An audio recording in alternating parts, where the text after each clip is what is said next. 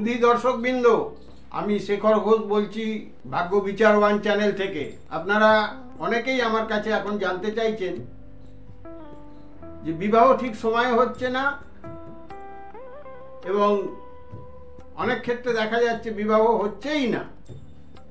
এইরকম ভাবে অনেক আমার কাছে প্রশ্ন আসছে। আমি কতগুলো কথা বলি বিবাহ সম্বন্ধে। প্রথম কথা হচ্ছে, বিবাহের একটা যোগ তৈরি হয়, যোগ। সেই যোগে যদি বিবাহ না হয় তাহলে বিবাহ হতে বিলম্ব হবে। যদি মাঙ্গলিক থাকেন তাহলে বিবাহ হতে দেরি হবে এবং বিবাহের পর নানা রকম ঝুট ঝামেলায় জড়িয়ে পড়তে পারেন। এছাড়াও আজকাল নারী ও পুরুষ একে অপরের সাথে ভালোবাসায় জড়িয়ে পড়েন, যার ফলে বিবাহ করতে চান না, কিন্তু পরবর্তীকালে দেখা যায় সেই সম্পর্কও বিচ্ছিন্ন হয়ে যায়, তখন আর তাদের বিয়ে হতে চায় না। এগুলোও একটা ঘটনা। তো এর জন্য মূল দায়ী হচ্ছে মঙ্গল গ্রহ, শুক্র গ্রহ এবং বুধ গ্রহ। এই তিনটি গ্রহ যদি মানুষের জন্মকুণ্ডলিতে অশুভ থাকে তাহলে বিবাহে অবশ্যই বাধা আসবে, নানা রকম ভাবে বাধা আসবে। বুধ হচ্ছে বাগ্মিকারক গ্রহ, বুধ হচ্ছে বালক গ্রহ। বুধ বুদ্ধি, শিক্ষা, বাণিজ্য এইসবের উপরে প্রভুত্ব করে। বুধটা ভালো হওয়া খুবই দরকার। বুধ বিবাহের ব্যাপারেও অত্যন্ত সক্রিয় থাকে, অত্যন্ত সক্রিয় বিবাহের ব্যাপারে। আপনারা মনে রাখবেন, বুধকে অত ছোটভাবে নেবেন না। বুধের মধ্যে সব থেকে বড় খারাপ গুণ হচ্ছে, বুধ ভালো থাকা অবস্থায়ও যদি কোনো অশুভ গ্রহের সাথে মিশে যায় তবে বুধ কিন্তু অশুভ ফল দিতে শুরু করে। কথাটা মনে রাখবেন। এগুলো জন্মকালীন কুণ্ডলী তৈরি করলে তবে পরিষ্কারভাবে জানা যাবে। এবারে আসি শুক্রের কথায়। শুক্র হচ্ছে মানুষের দানব গুরু, হচ্ছে শুক্র। মানুষের মধ্যে যে দানব প্রকৃতি থাকে তা একটা অংশ শুক্রের জন্য দ্বারাই হয়। শুক্র যদি মানুষের খুব উঁচু থাকে, উচ্চ স্থানে থাকে, তাহলে জাতক অবশ্যই কলা বিষয়ে তার অনেক জ্ঞান থাকবে। নাটক, তারপরে বাদ্যকার, এইসব বা যারা অভিনয় করে এদের অবশ্যই শুক্র ভালো থাকতে হবে এবং ভালো থাকেও।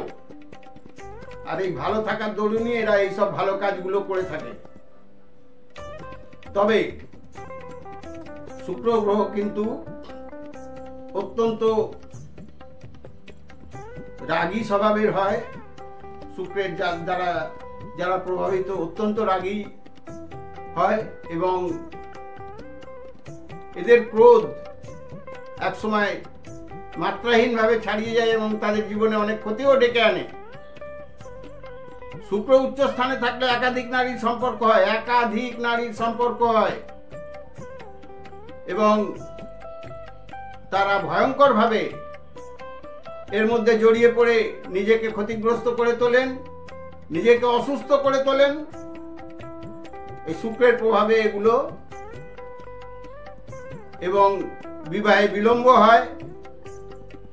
শুক্র যদি নিচ স্থানে থাকে তবেও বিবাহ বিলম্ব হবে, এবং খুব উঁচু থাকলে তবেও বিবাহ বিলম্ব হবে। খুব উঁচু স্থানে থাকলে শুক্র, তাদের মধ্যে একাধিক নারীর সাথে সম্পর্ক থাকার ফলে ঠিক কখন বিয়ে করতে হবে, কাকে বিয়ে করতে হবে, কার সাথে বিয়ে হবে, এই সব নিয়ে নানা রকমের থাকার দরুন অত্যন্ত বিলম্ব হয়। যারা শুক্রের জাতক তাদের পরবর্তীকালে সন্তানের ব্যাপারেও বাধা আছে। যদি শনি তাদের নিম্নস্থ থাকে তাহলে তো আর কথাই নেই। তো এবার বলি মঙ্গলের কথায়। মঙ্গল হচ্ছে মানুষের দেহের সেনাপতি। মঙ্গল যদি ঠিকঠাক থাকে, মঙ্গল যদি সব দিক থেকে ঠিক থাকে, তবে অবশ্যই বিবাহ সময় হবে এবং ভালো বিবাহ হবে। কিন্তু যদি আপনি মাঙ্গলিক হন, মঙ্গল যদি আপনার লগ্নে চতুর্থে, সপ্তমে, একাদশে, দ্বাদশে যদি থাকে, তাহলে কিন্তু আপনি মাঙ্গলিক বা ভৌমদোষ আছে আপনার। এই ভৌমদোষ থাকলে, ভৌমদোষ যতই আপনি কাটান, আজকাল বহু মানুষ ভৌমদোষ কাটিয়েছে বা কাটাচ্ছে, কিন্তু কিছুটা প্রভাব ওর থেকেই যায়।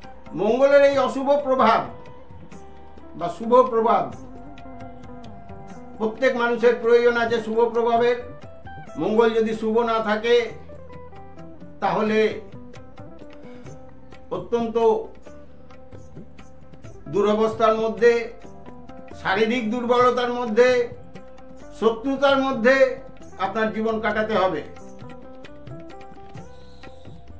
সবচেয়ে বড় কথা হচ্ছে, যদি পুত্রের হাতে মঙ্গল খারাপ থাকে, অশুভ থাকে, তাহলে পিতার মৃত্যু পর্যন্ত হতে পারে এই অশুভ প্রভাব, মঙ্গলের প্রভাবের ফলে।